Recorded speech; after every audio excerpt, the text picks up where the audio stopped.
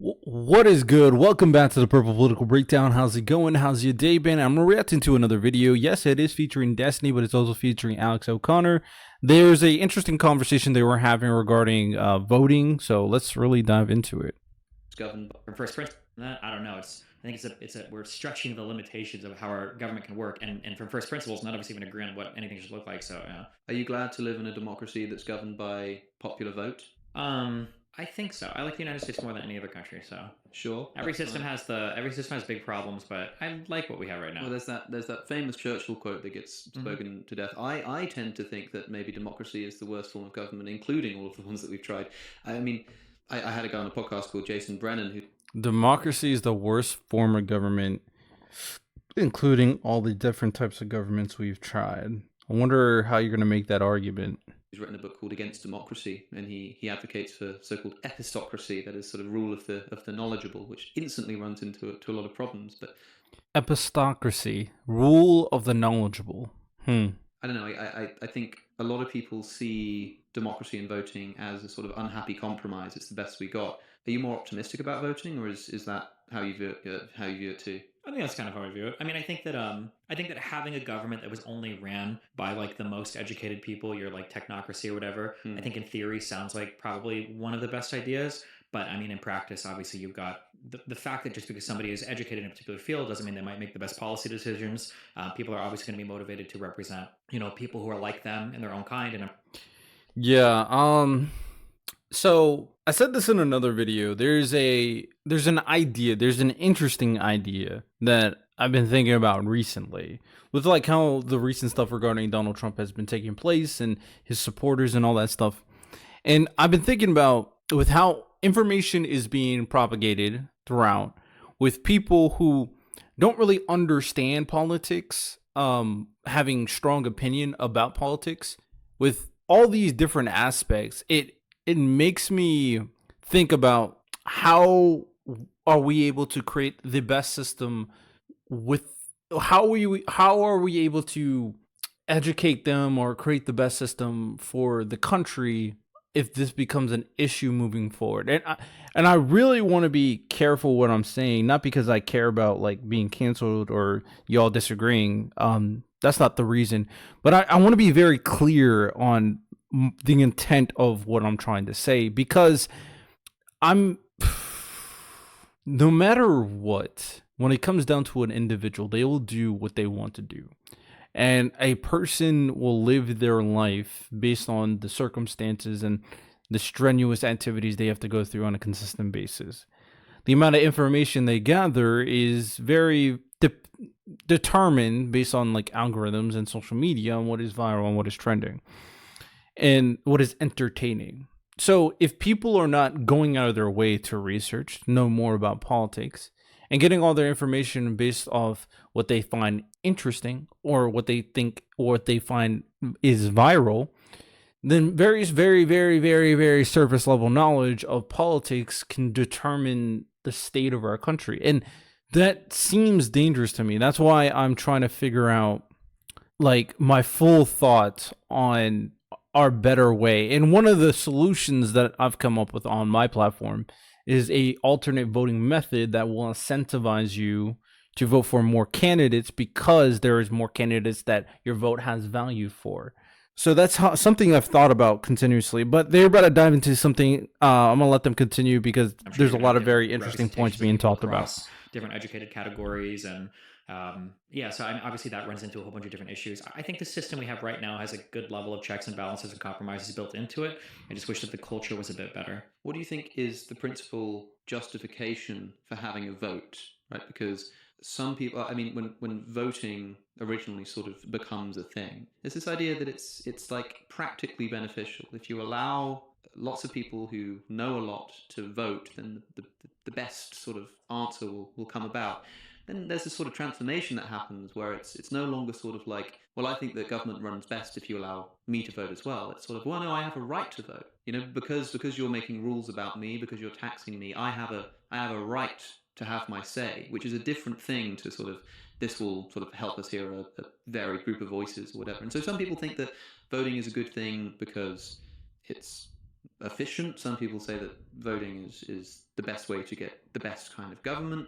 Some people say that it's because people know best what they want for themselves, and therefore everybody should essentially just act like egoists, and eventually you get this happy compromise. And some people just say it's like there's this thing called the right to vote that's just like a moral principle. I deserve to have a say in the rules that go. That's interesting. Considering obviously we moved away from an authoritarian regime throughout history and not having the ability for your voice to be heard. I think the idea in general is that all humans are at its most basic level should be equal in terms of being human, not in terms of the value they bring based off other factors, but the fact that we're all human at the end of the day. Now, I've said already that I don't think all humans are valued equally, but in terms of their right to life, I think that value in particular is equal across the board. The right to live, I think, is equal across the board. I think everybody has a right to live at its most basic of functions. So with that said, having this value and being deemed all humans should be considered equal, then that means all humans should have a say in terms of the structure that is not ruling but governing them, right? But that does play into why do we give them that right, and that's probably more of a backlash scenario of the fact that authoritarian regimes were so corrupt in a lot of different scenarios. And in a society that he mentioned earlier, there's no guarantee you can ensure corruption not to be the case.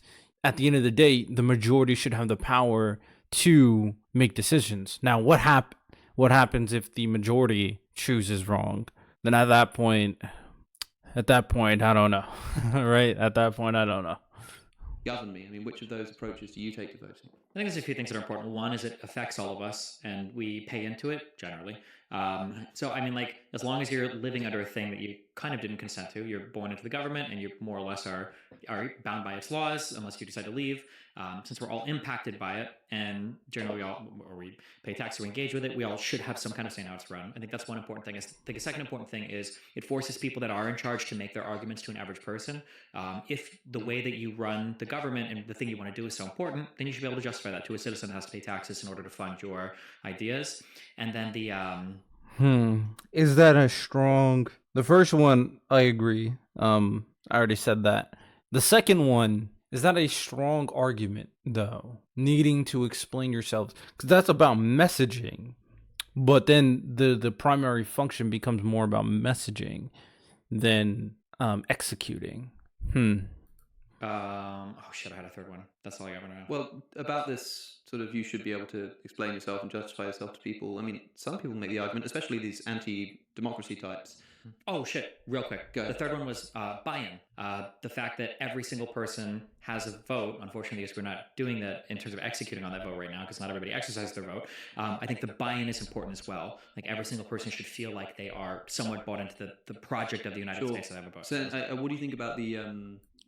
Everyone should have the right to vote, and by giving them the right to vote, they are more bought into the government. I actually agree to that, because I made the point about alternate voting methods. So is them buying in? Does that matter? If people are bought in, that doesn't necessarily mean that they're going to go out their way to find useful information about politics. So, it's. Like I said, it's a very tricky Australia situation. Like, Tricky answering question. Like, do you think that's a good idea? No, because I feel like right, like I think like Australia like forces people to vote, right? Like, do you think that's a good idea? No, because I feel like not voting is as much expressing your right to vote. But then as I think, as far as I'm aware, like you're not voting is much of a right to vote than voting. I think they should make the voting process as smooth as possible. Make the day you're voting is a holiday. It's an excusable absence. You don't have to work. That's one. Incentivize it, not from a party to party point, but from a government point. You are incentivized to vote more than, because people don't understand politics. So incentivizing based off policy is not going to work. So you have to incentivize them a different way. But at the very least, make it a holiday. Give them maybe transportation. Make it very practical. Like, I think those are useful tools in terms of growing the voting participation. You have to show up and register that, because I agree with you that, I mean, the right to vote needs the right not to vote. It's like saying you have a right to free speech, but you must say something. A right to free speech means a right to silence as well. And so a right to vote must mean a right not to vote. But you said a moment ago, this buy-in, this fact that, you know, we're not doing it very well because not everybody's voting. I think that's always going to be the case. People feel very pessimistic about their vote. Even people who do vote don't really think that their vote is going to make a difference, right? Like, people say your vote matters. Like, they're essentially lying to you. Like, it actually doesn't, but That's why I advocate for an alternate voting method. I will continuously advocate it. Watch my YouTube channel regarding alternate voting methods, our YouTube video. Star voting will be the future if you guys buy in. I need y'all to buy in to alternate voting methods, star voting being one of them. Look it up. Go support Equal Vote Coalition. These will help voting participation. It'll make your vote matter more, and third parties will be more valuable. Star voting. Sort of live in a better society if people act as though it does, right? It's one of those. I mean, that's weird. I mean, it kind of does, right? Like, there's one, like, a neuron in your brain doesn't matter, but all of them do. And if enough of them stop working, I mean, you have a huge problem, right? That's the thing. I mean, if you're in a decision where, like, if you've got like this really tired neuron that sort of doesn't want to do its job anymore, and it says, I'm going to retire, and it doing so just has no effect on my brain, then I wouldn't judge it for going like, yeah, sure. I mean, what's the point of me even bothering? Now, if all of my neurons did that, that would be disastrous. Well, you'd have to then, right? It's a universal principle. You would have to make sure that that particular thing knows that it has to act in such a way, because if you allow it for one, you must allow it for others, and then when that thought becomes pervasive, now you've destroyed An argument that I've heard in a different context. This is about sort of your purchasing power. So things like buying animal products or contributing to companies that you think you should be boycotting. And they were trying to make a point about how tiny your impact is. And they imagined some ludicrous scenario where, like, it was something like there's this like child tied up to a torture device or something, and the amount of torture that they receive is tied to a decibel meter that's on the table, right? So it's recording. I'm gonna speed this up actually in the room, and the louder the sound, the more the torture. And in front of the speaker is a television which is playing live footage of like a football game, and the sort of crowd is the one making the noise, which determines how much that child is going to suffer. Now, you're a person in the crowd at the football game, and you know the scenario's going on. Your decision to like yell in a cheer along with like 100,000 other people who are doing the same thing doesn't make a difference. Like, it's not going to change the decibel meter. It's not going to increase the amount of torture. And yet still some people might want to say that you'd be morally culpable for doing so. And obviously if everybody would stop cheering, it would be better. But I think it can't be this way. It seems like a paradox. It can't be. It's not a paradox. It can't be this way. Like, it can't be the case that it makes no difference. It can't be the case that people are allowed to think that way. Right, but that's interesting. It can't be the case. It can't be the case that people should be allowed to think that that's the case. It can't be, because if it is, then government fails. Then we have nothing. Yeah. We go back to, I read this book recently called, I think it's Culture and Conflict in the Middle East. Sure. And it talks a lot about these concepts of how tribes were organized throughout the Arab world and the Middle East, and how they managed to function without states.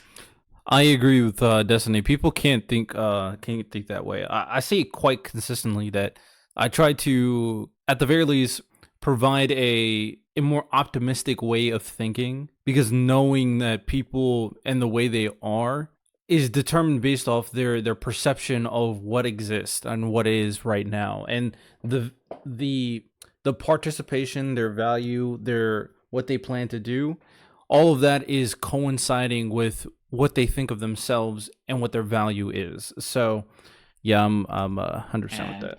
It's very, very, very interesting to see how another total society can be organized. The fascinating part about the way that the tribal stuff was organized in the Middle East was you had a wholly decentralized way of approaching decision-making, but the decision-making was always consistent throughout how all of these tribes function. A lot of it rests on this concept called balanced opposition, that the way that you would fight with other people and the way that you would defend your tribe or your land or your area had to do with like distance from nearest kin. So like if I'm fighting with you and you're, we both have like the same great grandparent, right? The two branches of us might, let's say you steal something of mine. Well, my branch might come and get vengeance on you, or take it back, or find a way for you to make reparations to me to make things right. But even if we're in that struggle, if somebody 5 grandfathers from us, another tribe, were to mess with us, we would instantly forget our differences and we would come together with other people as part of that lineage, and then we would all go and we would get into conflict with that. Sure. And this way of having it so that brothers would always fight with brothers, cousins would fight with cousins against other, like you would always follow this line. What it ensured was this like decentralized process of decision making that actually balanced the opposition on both sides, such that it allowed for some level of stability without any government, without any top-down leadership, because every single individual knew that they had to satisfy their function. Because, for instance, if you did get into a fight and I was your cousin and we were fighting somebody with a patrilineage that was far enough away, if I didn't stand up to protect you, you wouldn't stand up to protect me, and I knew that. That's why people kind of bring up the scenario that world peace will only be achieved if like the alien species comes and attacks Earth.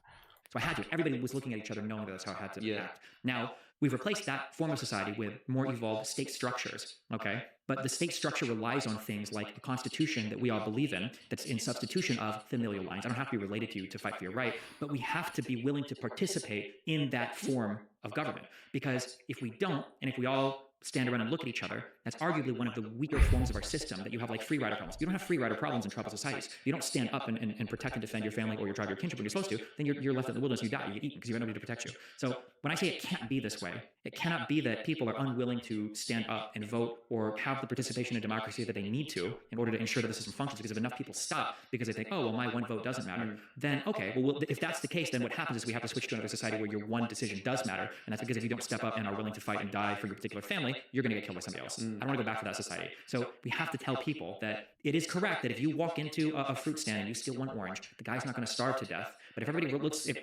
looks around and they see you steal an orange, you don't get in trouble for it, well, tomorrow the guy's not going to have any oranges. Facts. Great point made by the Destiny. I mean, I get being pessimistic, but at the end of the day, we got to realize that in order for change to happen, we have to be willing to make it happen. And we can't give up on the things that we're trying to do, right? But I do self-reflect a little bit for me in my role in all of this. And will it require me to take another step in terms of my role, in terms of bridging these gaps? I don't know. We're just going to steal one. So that's...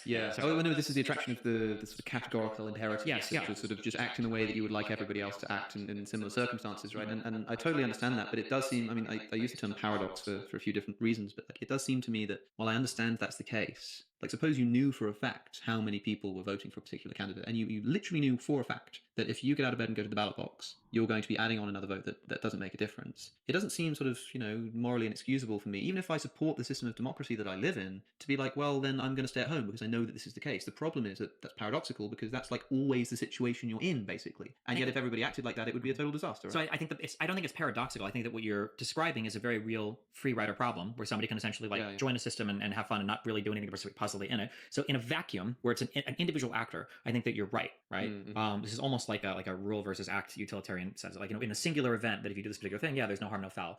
But then if we understand that is the case, that if one person could act that way, then on a more abstract level, when all of us are involved, well, now we have a responsibility to make sure that people don't act that way. So if we think that a friend is going to stay home and not vote because they know that their vote doesn't matter, well, we need to bully the fuck out of that person. Make sure, hey, you need to get the fuck out and we need to go vote. Like, we have to do this. It's part of our civic duty, our civic responsibility. You can't think that you can get away with not voting because other people are going to think they're going to get away with voting. Even if somebody's going to take you out the street and kick your ass, we want everybody to know that you have to participate in your democracy. It's so weird. It's almost like it doesn't make a difference if you don't vote, but if we like recognize that fact and act in accordance with it, then it suddenly starts mattering that you don't vote. It's weird. It's so weird to me. I mean, like, that's if you don't understand what he just said, so the fact that it doesn't matter, the fact that you think that it doesn't matter that I don't vote is the reason why it does matter that you don't vote, right? So, I'm thinking, the reason why I'm thinking right now is I'm trying to think of like, how do we incentivize the people? Positive reinforcement, right?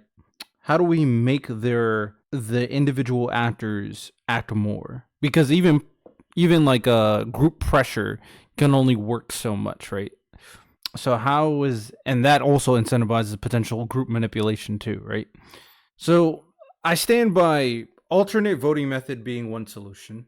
More practical ways to vote being another solution. making an incentive to vote potentially is another solution. Not to vote for a candidate, but to vote in general, and making people more available to vote. I feel like these things need to be implemented, and I feel like after those are implemented, we can start talking about maybe a new structure to put more value in an individual vote, like a more dynamic electoral system potentially. But I feel like those 4 pillars need to be implemented to make the voting process more not efficient, but more representative, more streamlined, and more important. Those are my takes regarding Your that. vote doesn't matter, but the idea of you voting is everything. That's the issue. And the idea is what carries from person to person. Even if an individual might not. If you're sick and you don't or whatever, that's fine. But if you don't think that you have that obligation, then that's because society is allowing you to think you don't have that obligation. And there's nothing special about you. That means other people think that they don't have the obligation, which means it doesn't work anymore. This is what morality does so well as like a human concept of sort of like, I think we're going to end it right there. I'm not going to react to the full thing. If you want to react to it or watch the full thing, feel free. I probably watched the full thing on my off time, right? So appreciate y'all. This was a very interesting conversation they had in this 20 minutes. So hope you guys enjoyed. Y'all have a good one. Take care and peace. Welcome back, everyone. Well, some of the most popular content on this channel